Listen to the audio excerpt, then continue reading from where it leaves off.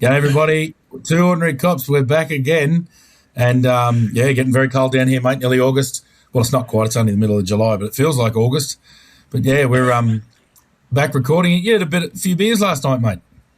Mate, yeah, just a couple. I caught up with Jake and a few of the blokes that and chicks that we were drinking with over the Union Council. So yeah, mate, it was a pretty big night.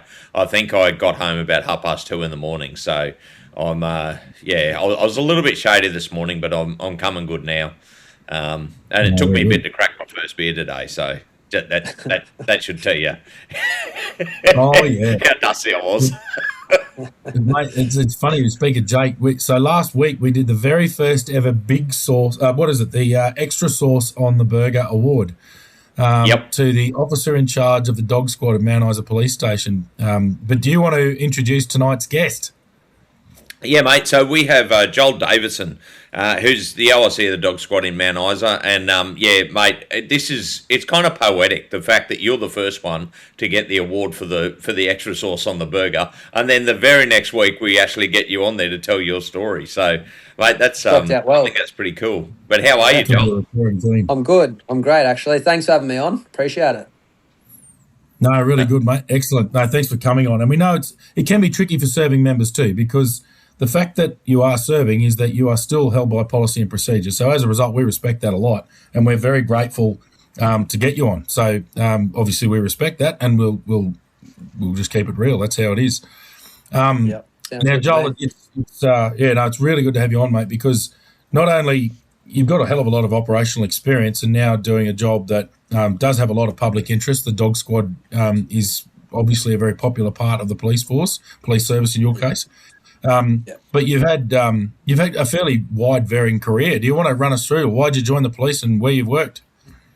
Yeah, so it started back in 2013. First joined the Queensland Police. Went through the academy at Brisbane. Graduated there. I was all of 19, 65 kilos, ringing wet, sort of didn't look a day older than 15. So I was in for a pretty rude culture shock when I was going through the academy and then getting out, working in the big bad world. First posted at Toowoomba. That's where I did my training, my first year program in Toowoomba, and then they've kept me on there. So I was in general duties for a couple years. I enjoyed the proactive side of it, the hunting side of it, which seemed to be my little forte that I enjoyed. So I was lucky enough to step out of GDs and jump in more proactive units. So I spent a lot of time, actually helped one of my best mates now, Geordie Horn, kick off of a little push bike squad in Toowoomba. Yeah. And essentially we just rode around on our push bikes each shifts and went out and we were just hunting. We are just being proactive, doing that fun, enjoyable policing, which was awesome. Learned a heap during that. And then from there, did a couple of rotations to our property crime unit. Probably spent a total of maybe 18 months doing that in and out. A little bit of time in TCS there. From there, I sort of had goals and ambitions. I wanted to keep that momentum running. So my goal was to work towards dog squad. Always had an interest in dogs. It's always been a thing. Pretty much hunted dogs, always had dogs, and I thought, why not use one at work?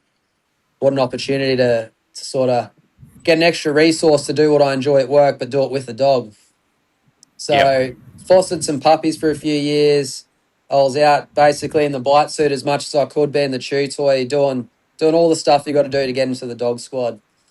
Luckily got an opportunity in 2018 to join the Mount Isa Dog Squad, and I was successful in that one.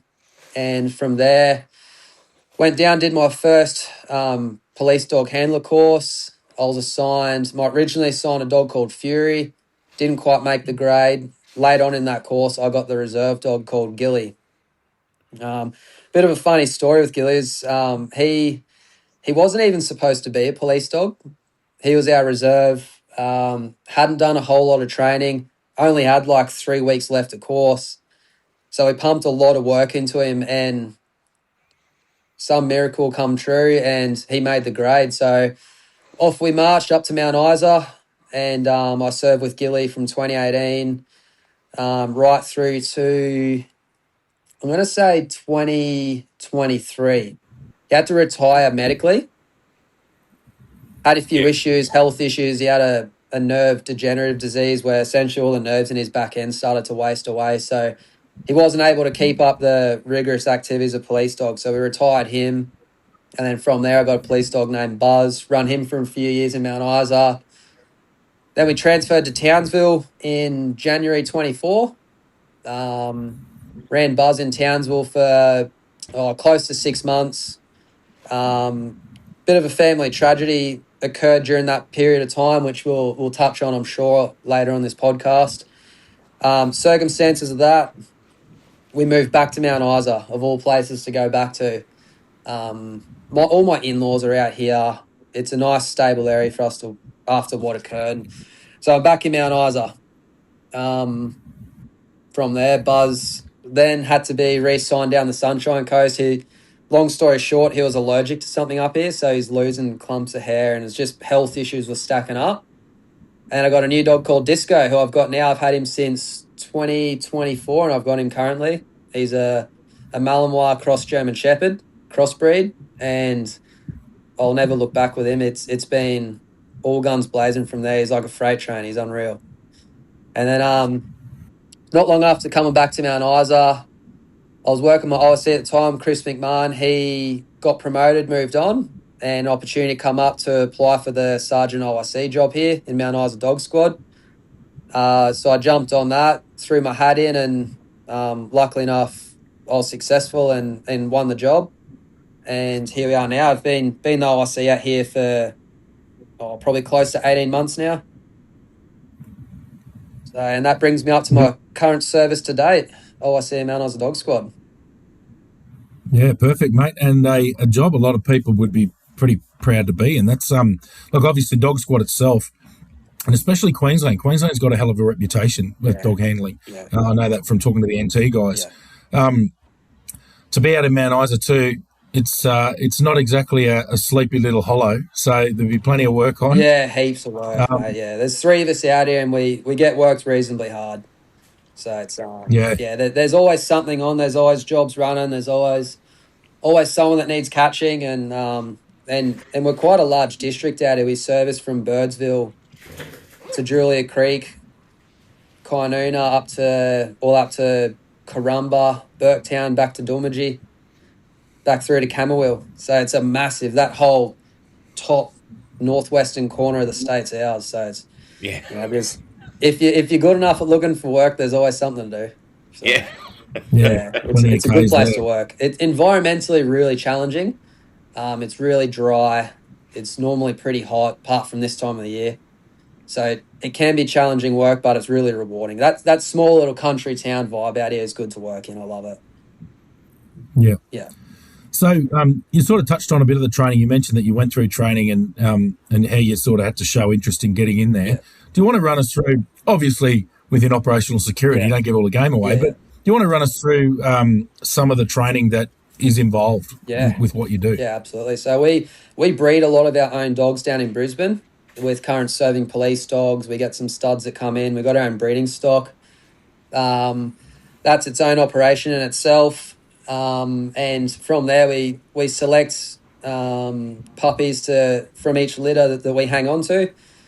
From 8 weeks old, they start training in environmental. We get them used to different surfaces, sounds. Teach them to be confident, bold dogs. Start to introduce early stage tracking, which is just little scent pads with a bit of food down in it. And then from there, you start to build the dog up to eventually tracking over multiple surfaces with no food down, different age of tracks, different environmental conditions in the daytime, nighttime, windy, cold, hot, you name it. That takes probably a good 16 to 18 months of training every week to get them to that point where they're ready to go on a police dog course to then go out on the road as a fully fledged police dog. So it's a bit of a process. There's a lot of work that goes into it. A lot of work. Yep. Do you Joel, do you get involved in that, or does somebody else actually do the training of the dogs before they? When I was trying to get in, I was fostering puppies early on. That's to get myself into that scene, to start to build a bit of a resume up, so I was competitive to try and win a spot. So I was down there with the puppies, fostering them. So I'd go and get a puppy at 8 months old, 8 weeks old. I'd house it at home, get supplied kennel food and everything from the state, and then you take the dog down for its compulsory training. And I was living at Toowoomba during that whole time, so it was Toowoomba to Brisbane a couple of times a week. So it was a massive commitment to make, but obviously paid off, and I was lucky enough to get a run in the dog squad. But yeah, I was involved in the puppy program, fostering, and then when I had my replacements dogs, both Buzz and Disco, I got them pretty young and got to sort of finish them off. I think I got Buzz at just under 12 months old. He might have been 10 or 11 months old, and put maybe 4 or 5 months of work into him. Went down and did a short course and qualified with him. And Disco was already a fully fledged police dog, and his original handler got promoted. He might not have even been 2 by the time I got him. So he come up here with a little bit of experience, but still needed a heap of work to get him to the point of being an operational police dog, especially up in Mount Isa. Like, that's its own beast, tracking up here. So it's takes a lot of work. Yeah. Yeah. Yeah. I'm curious to talk about Mount Isa as well, but just for those listening and who think that police dogs just smell a scent, track people down and bite whatever's at the other end, can you just sort of fix that rumour for us? Yeah, absolutely. So, look, our dogs, first and foremost, are tracking and locating tools. We've got a lot of policies and procedures and certain criteria we've got to meet before we can deploy our dog to apprehend someone. And that is a very rare case that we do deploy and apprehend someone with our dog. 99% of the time, we're tracking them, we'll locate them, we'll call the offender to surrender. And just the presence of the dog alone, 99% of people, no matter how big and tough and scary they are, they give up, because they're not worried about me holding the lead. I'm not a big scary dude. They're worried about the guy in front of me. He doesn't care how big and scary you are. He just treats everyone with the same content that he in his little dog brain, that's what he wants to do. And that's enough presence to make people think twice and give up. Yeah. So yeah, the part that everyone thinks we do every day, biting people, that happens very rarely. It does happen. There are certain circumstances that exist where offenders are extremely affected by substances. They're extremely violent. They're extremely motivated to avoid going back to jail. The only way to bring them into custody is with the dog, and those times do pop up, but they're very rare. Very rare. Yeah. Yeah, you speak about the force multiplier there. It's got a little bit of experience, not as a dog handler, but certainly working with dogs almost on a daily basis in Darwin. Yeah. And they were great. They were just a big, bad force multiplier where straight away we were getting people go, oh, what are you doing with that? It's like, mate, just we've told you what we need from you. So yeah. And it happens here all the time. Like, we get our big street disturbances and fights up here, and they'll be trying to have a crack with police, and it can get pretty dangerous for the crews. Once a dog's on scene, people think twice and the parties separate and move on pretty quick. And that presence alone, like, I don't think there's any other asset in the police that can do that. It's they're an invaluable resource, and they're something that the police services 100% need. Like, I don't want to sound biased in this, but police dogs 100% save lives of both criminals and members of the public out on the street. They prevent a lot of use of forces from general duties rocking up, and I have no doubt in my mind, and it's hard to measure that stat, but the presence of that dog makes an offender think twice, makes him drop a knife, drop a gun, prevents us using deadly force on that person and bring him into custody. And you can't really measure that, but police dogs absolutely save lives. Yeah, couldn't agree more, mate. Yeah. Mate, Joel, just look, we have actually had a couple of listeners, people wanting to get in the police, and specifically the dog squad, like working with the police dogs. What advice would you give somebody that wants to go down that career path? Yeah, so at work, be proactive.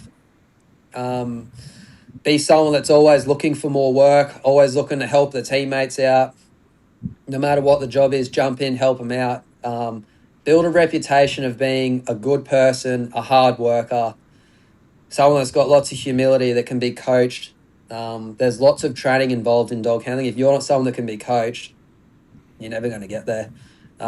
It's a very hard, difficult unit to get into. It takes time, takes a lot of work, and you just got to have that personality and to just keep going and working hard, putting yourself in positions to develop, build skills, be proactive, and then outside of work, be fit, strong, and healthy, because there's fitness tests you got to pass that are a lot harder than general fitness tests to get into the academy, and you've got it. That's a black and white. You must pass that to get through. So you've got to be fit and strong. So not just going to the gym and doing 10 sets of curls or whatever. You got to be fit. You got to be able to run, be fit and strong. So there's a lot of work. It's a lifestyle. You've got to make dog handling a lifestyle. If you're not prepared to do that, it's very difficult to get in. Yeah, mate, that's what every dog handler I know has said, the exact same thing. It's not a job, it's a 24-hour thing. Your dogs live with you at home a lot of the time. Yeah, my fella's out the back here, and he'll probably be barking come 8:30 because he hasn't had his dinner yet. So they're regimented. Hey, they don't miss a thing. And he'll be wondering what's going on because I'm not down there with him. Yeah. Could be the first canine guest on the 200 Cops podcast. Oh, you don't want him here if you jump on the table, knocking cameras down. Yeah. He's a menace. Yeah. Absolute. His name's Disco, and he's an absolute menace. I love him. I wouldn't trade him for the world, but he's a pest. His original handler will laugh at that. He's like, when I was getting him, Stewie's original handler called me. He goes, "Oh, he's just a really cool dude." I'm like, "What do you mean he's a cool dude, mate? Like, he's a police dog. Can he catch crooks?" He's like, "Yeah, mate. Yeah, he's a real cool dude. You'll love him." Like, I don't care how cool he is, mate. Does he do his job? And then I got him. Yeah, he does his job, but he actually is a cool dude. Like, he cracks me up. You'd love him to be like one of the boys. He'd be an absolute cracker. Yeah. He's picturing there. Oh, he's a handful. You'd be hiding beers from him. Let's just say that. Perfect. No, it's funny you mentioned the force multiplier. The only thing I've seen as effective as in a force multiplier as a police dog was about 15 very big, very muscular men with M4 assault rifles and smocks on. Yeah. And that was the only other thing that made people go, "Oh, yeah." Well, I do that when they turn up. I'm like, "Hey, I'll just go on the outer court and you boys have got this." Too big for me. Right. Oh, yeah. No, dead true. 100%. No, that's really good, mate. So, sorry, we're just finishing off on the dog handling side of things as well. But you mentioned Mount Isa as a difficult place in dog handling as well. Do you want to just explain what you mean there? Yeah, so it's obviously an arid environment up here. It's very dry. There's not a whole lot of grass, and our dogs, the easiest environment to track on is nice, dewy, humid environments on grass. You picture Cairns. Southeast Queensland, down in Brizzy, all the residential environments. It's all nice, dewy, humid environments with good green grass. Up here, we don't have any of that. I could probably count on one hand the amount of times we get dew overnight. It's hot, it's dry, it's dusty. So naturally, what the dogs are tracking, the human odor and the ground disturbance, that ages and disappears very quick. Dry conditions doesn't age human scent well at all. So you add that in as environmental. Mount Isa itself it's a unique working environment. Most little suburbs go to sleep at night. This place doesn't. It probably gets busier as it gets later at night. So you've got constant flow of foot traffic, loose dogs. It's very difficult, distracting environment for a police dog to work in. So it takes a lot of training. It's not impossible. We've got our little training methodologies up here that work, and it's nothing out of the ordinary. It's just we put our dogs in those environments in training scenarios to build them up to be able to do it for real in an operational sense, where we don't know where the bad guy's gone. It's completely up to our dog to show us that behaviour, and it's very difficult up here. Like Townsville was difficult in its own sense. It's busy with traffic, busy roads. You've got e-scooters and e-bikes and all the other things but environmentally, it was 10 times easier than it is here. And then again, down in Brisbane, like they've got their own. Every district has its own challenges, but Mount Isa is so unique because nowhere else has the environment that we have here. So in Queensland, it's like it's its own beast to be able to track in. It's very tough. And then naturally, where we get most of our work, we're not tracking in the nice suburbs typically, where our nice citizen abiding residents are we're tracking in the difficult areas, in the suburbs that are rough. A lot of housing commission, so there's loose dogs, there's people everywhere, there's parties every night. These guys don't party here on Friday and Saturday nights, it's every night. So every night's a Friday night here. So you can't pick it. So it makes tracking difficult when you're in that environment. When you start point, at times we don't deploy because there could be 10, 15 people walking past over our start point where the offender was last seen, and we don't know where they've gone from there. It's a lot of our work gets held up due to that. So it's its own beast environmentally. It'd be very similar to Alice Springs. I've gone through Tennant Creek a few times. Family used to work on cattle stations in the Territory, so I've been through Tennant. It's very similar to that. It's a tough environment. Yeah, the guys used to say that a lot. Yeah. The other thing that used to mess with them there was the heat. Oh, yeah. Like I've had dogs overheat, and it's tough. Like you've got to swallow your ego on that one, and the dog's welfare comes first before anything. There's very few jobs I'll push my dog to heat exhaustion for. It's just not worth it. Unless a cop has been killed or there's been a murder or some really significant crime. I'm not risking my dog's life for that. I've had enough close calls to learn my lessons, and I'll never do it. It's tough. Yep.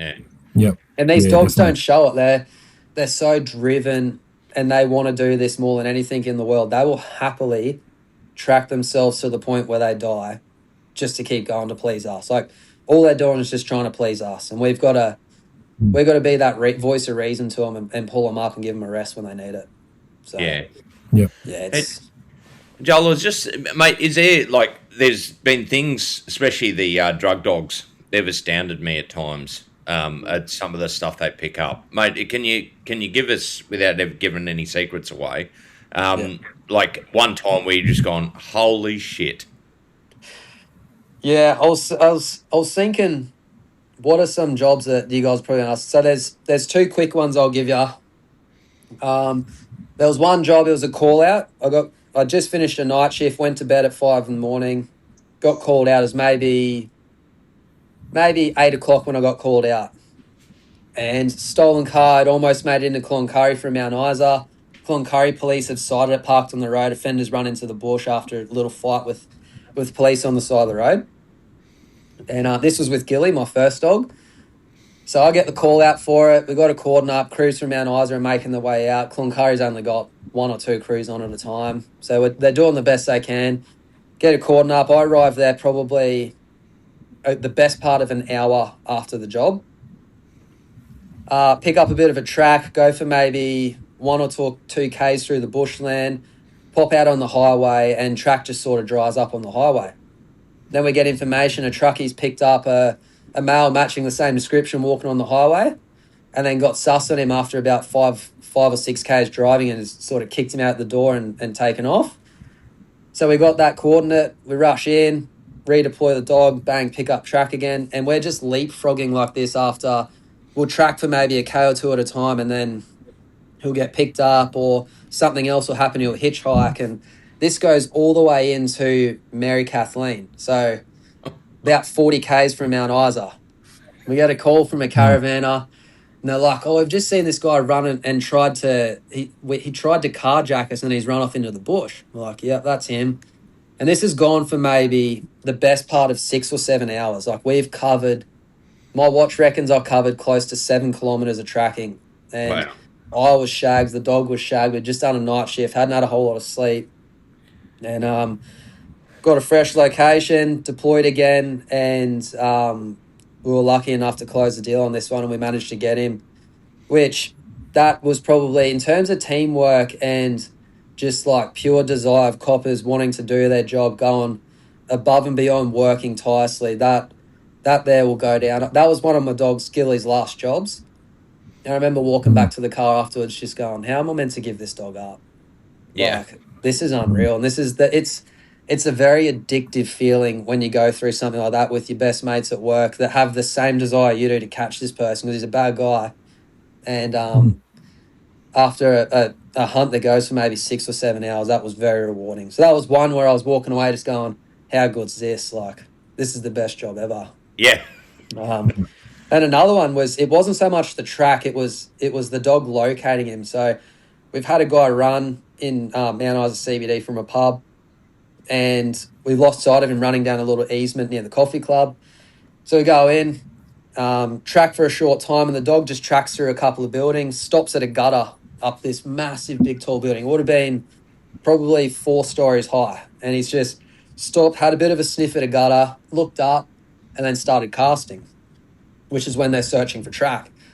So I'm looking, and we had a really good cordon up, and I've gone, I knew this guy, there's the chances of him slipping this cordon, very slim. We had cameras recording it. He hasn't popped out in our cordon. We had him locked down. So I'm working the dog for 10, 15 minutes trying to pick up where track may have gone, and we just positioned ourselves out of pure luck downwind of this building. And the wind just blew perfectly at the right time. It was blowing off the roof of the building straight into the dog's nose, and he stuck his nose up and given me what we call a proximity alert, and he's gone, yeah, the fender's back up in the wind. And as I've put my torch up, looking around, just having a bit of a scan, looking at the environment, I've seen that same gutter. And I'm looking at it, and you can see aircon vent, gutter, aircon, aircon, aircon. And I'm like, I know where he's going to be. He's going to be on top of that roof. So we got a drone up, drone flies over, boom, there's the bad guy hiding on the roof. So from 4 stories up, my dog gave it to me to start with, and I missed it. I didn't back in. Yeah. And eventually he's just gone, hey, idiot, are you going to trust me or not? He's on that roof up there. Go get him. And I was like, yeah, fair call, buddy. That one's all yours. I can't take any credit for that one. So that was another one where I just thought, that's pretty remarkable. He can give me that sort of indication and narrow it down, because without the dog doing that, and without the drone coming out, it's sort of got in a little bit of trouble with the drone. Wasn't supposed to do it, but we got there in the end and we caught the guy. So it was one of those ones where I walked away being like, yeah, this is good. This is what it's all about. It's a very specific, it's hard to replicate what a dog can do. And a lot of people can chase crooks down and chase them and catch them and do all that stuff. But once they're out of sight and they're gone, there's very few resources apart from, aerial assets like drones and choppers that can hunt someone down where you don't know where they are. And police dogs are exceptionally good at it. And it's a hell of a high when you're on that with them. It's awesome. Just you and your dog running around doing something that not many people have the privilege to ever do. So it's a very rewarding job. They're probably two that I think about often when people ask me, tell me about some jobs that you like. They're two I normally draw on. Yeah. Mate, what I love is you mentioned teamwork as well, like just always working together. Yeah. You're never there by yourself. There'll always be groups around. Yeah. Can't do it without everyone else. Like, you can't do it without having good crews, setting up cordons, being proud. Like, we went to the extent of setting up a little, and I don't want to give away too much of our methodologies, but we were trying to cut him off on little foot tracks he was trying to run down on, run along power line that Ergon have put in the ground. And we're cutting those off, trying to slow him up so we could close the gap. There was a bit that went into this one. It was very rewarding. It was, and everyone there definitely is equally responsible for that win. It's by no means that was just me or my dog. Absolutely not. We just got to do the fun bit at the end. The crews did exceptionally well, and their desire to catch this guy was unmatched. I haven't seen that level of commitment and desire and drive since. It was good. Yeah. You got that in the bush, mate. I love it. There's nothing like it. Yeah. No. I was lucky enough to work at a property crime team in Darwin, Strike Force Trident, and we were working with dogs a lot. They had been doing it before I worked in there.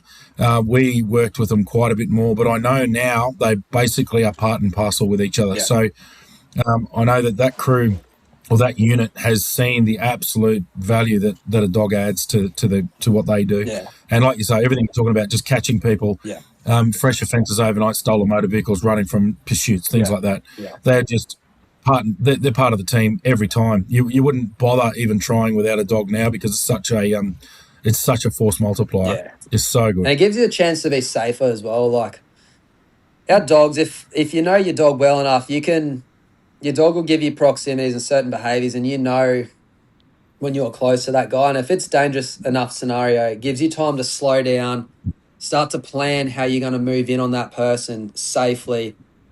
Everyone that's on that job gets to go home at the end of the shift.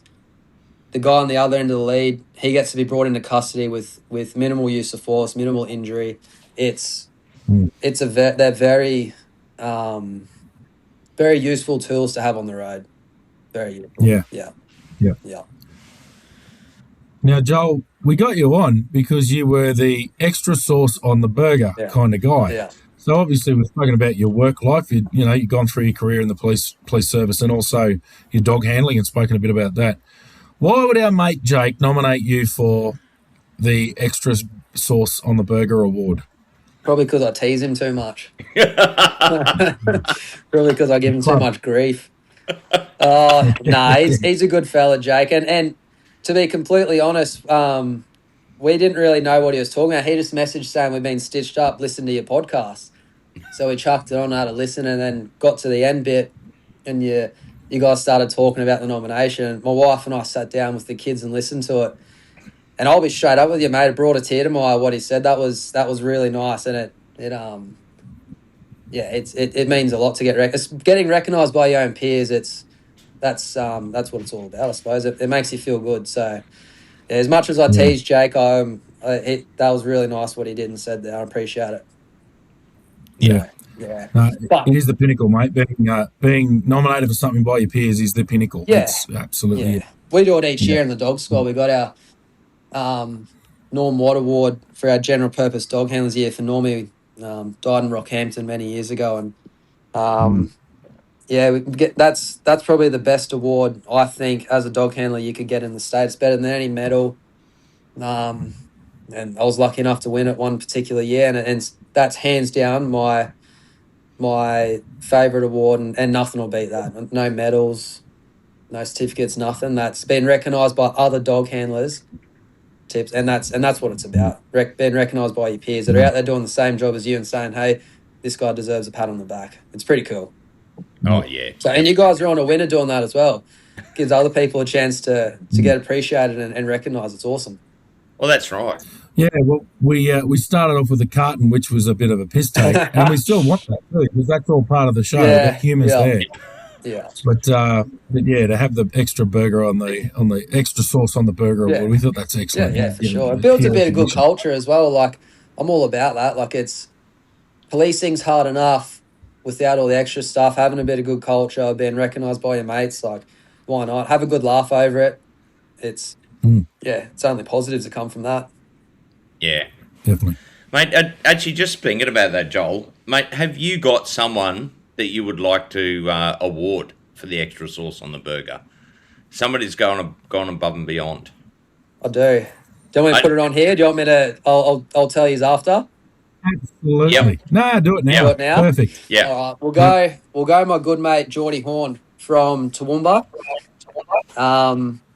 Geordie's he's got his own story. He'd be a great guest for you guys, actually. Going back to when Brett Forte was killed, they run a running event every year in Toowoomba called 40 for 40. It's 40K race, and it's a bit of a fun little exercise. And it's a big fundraising for Police Legacy. And Geordie was one of the founders of that, and he's out there every year running it, keeping 40's name out there every single year, getting members of the public in to celebrate 40's life and going out and running and doing something good for the community. So that's one reason he's great for culture. He's been through it, his own hard times himself, and we're lucky enough to have him come out the other side and be a better, new, improved version of Geordie Horn, which I love. And he's all about helping his peers now and making sure his people are looked after. So he's an absolute legend, and that's my nomination. All right, Geordie Horn. Get him a sauce. He'll love it. Perfect.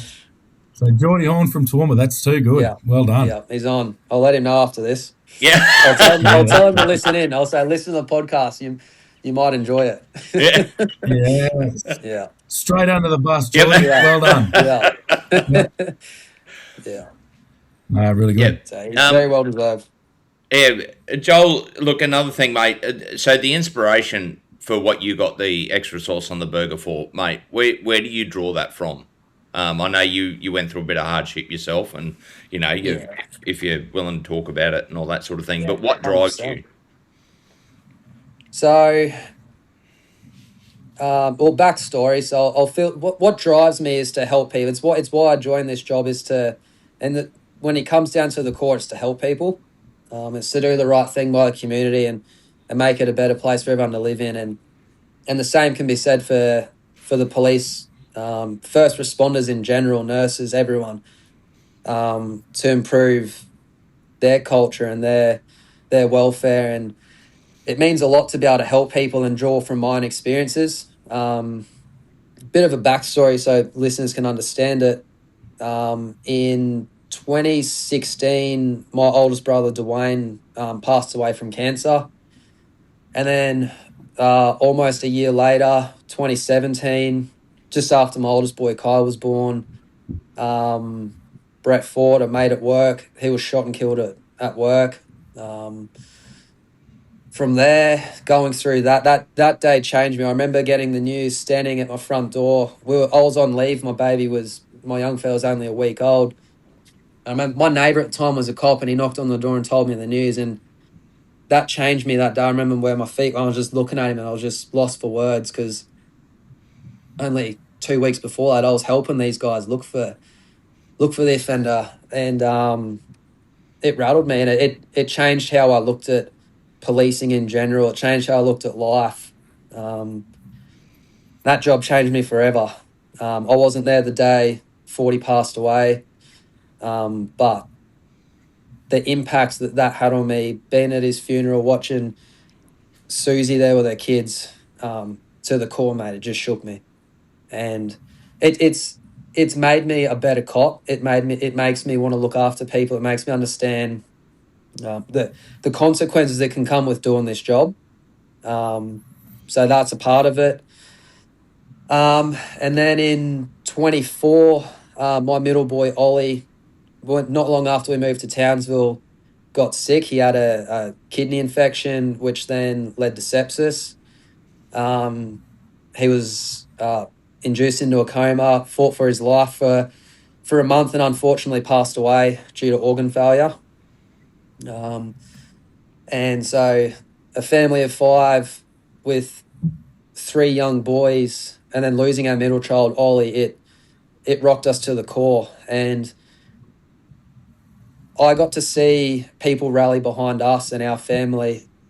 I was off work for a fair while, and having people rally behind us. We were living down in Brisbane and raising money for us, having our back, the dog squad, Mount Isa Police, the QPS in general. One of my best mates, Sean O'Gorman, another guest you should get on the podcast. He was exceptional. I had all of these people behind me, and I realised that if you got a good enough support crew behind you that actually care about you and want to see you do well and give a shit about you, there's not a lot in this world you can't get through. And that's what pushes me. I want to now be that person for other people, because I know what it feels like when you're at the absolute bottom, losing my boy Ollie. There's nothing that can match the pain of that, going through that. And then having those people behind me and help me with everything, it right up to the funeral, to then going from Townsville back to Mount Isa Dog Squad, supporting me there. The bosses here were exceptional in getting me back. Like, one email and boom, I'm back in Mount Isa. That's having people behind you, and I want to be that person for other people now. Yeah. Not just with my uniform, I want to do it outside of work as well. And it drives me to try and help people where I can. It's not even doing fundraisers. Like, we do fundraisers every year for RFDS, because they helped us massively getting Ollie from Townsville to Brisbane for extra care. Essentially got us an extra month with him, which I'll be forever grateful for. It's not just about raising money. It's just helping people understand stress, understand tragedy, how it doesn't have to be the end of your life. You don't have to. This might sound really hard to say. You don't have to die with them. You can. That tragedy can become a massive superpower to you if and having the right people around you helping guide you through that and helping build you back up.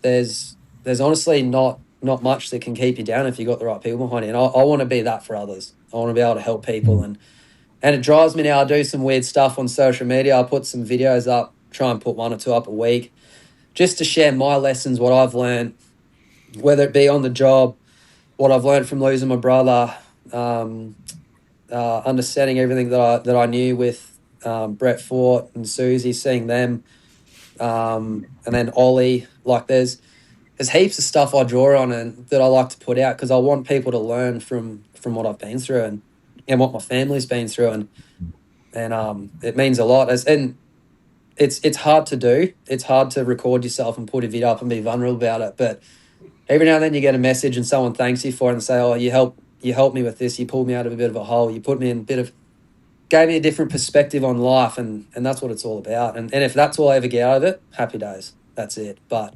that's what I want to start doing now in the future is really pushing that side of things and trying to help people and where it leads, who knows? Like who knows what it's going to turn into? But that's what drives me to do it. Is I know what it's like to be helped when you are absolutely when you're at the absolute bottom and you don't know what way is up. Having people that help you, I want to be able to do that for others.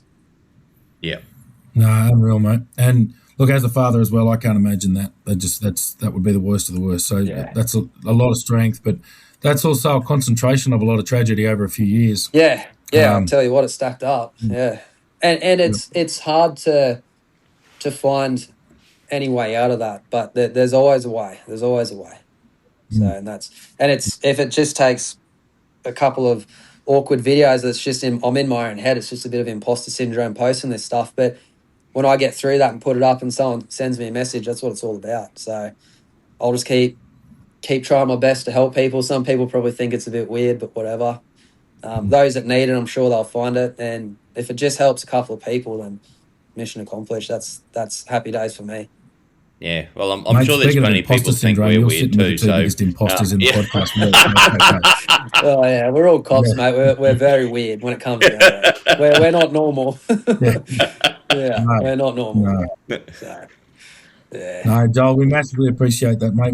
And thanks for sharing that. I know that's fairly personal, but we do appreciate it because, like you say, if it helps one person, it's worth it. So 100%. Yeah, 100%. Yeah, and there's lots to take from it. That it doesn't have to be about losing your child, but just understanding it, talking about fatherhood and talking about mindset, being a dad, being a good male figure, being someone good at work. It's not all about just chasing the crooks and being hard and tough. It's about being vulnerable and putting yourself out there and being a good man. And that takes, there's a part of it where it is being hard and tough. There is part of that being a good man, but there's also you need to be equally vulnerable as well. And that's massive. And blokes really struggle with it and I struggle with it, but it's something that I've had some of the dudes that I thought were the absolute toughest, hardest men in the world, and they've sat down and just bawled their eyes out with me over ridiculous shit. Also some pretty serious stuff like Soggy, for example. He's one guy that I draw a lot of inspiration from. He's not only like one of my best mates, he's like a older brother to me. He's like a father. He's this weird relationship. He's definitely a mentor to me, but most of all, he's just a really good dude that I draw on for strength and that's what it's about. It's just building a good community of good people around you, and I hope to one day be like what Soggy was for me, and I hope to one day be a version of that for other people, however that is, whatever platform that's on, whether it be professionally or just what I'm doing now. It'll find its way, but that's the driving factor for me to do that. Yeah.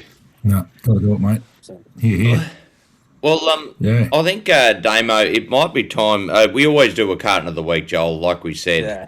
and we have actually discussed this one. So there won't be too many details. But mate, do you want to actually name this week's carton of the week?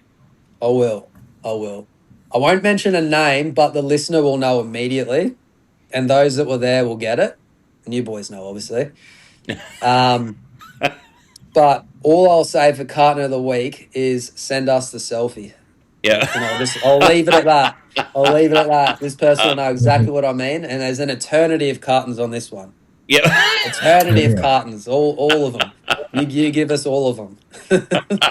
Yeah. We've had the conversation in chambers. We're fully aware of the situation. It's not the broadcast, folks. No, but definitely it's not. Definitely yeah, definitely not. Yeah.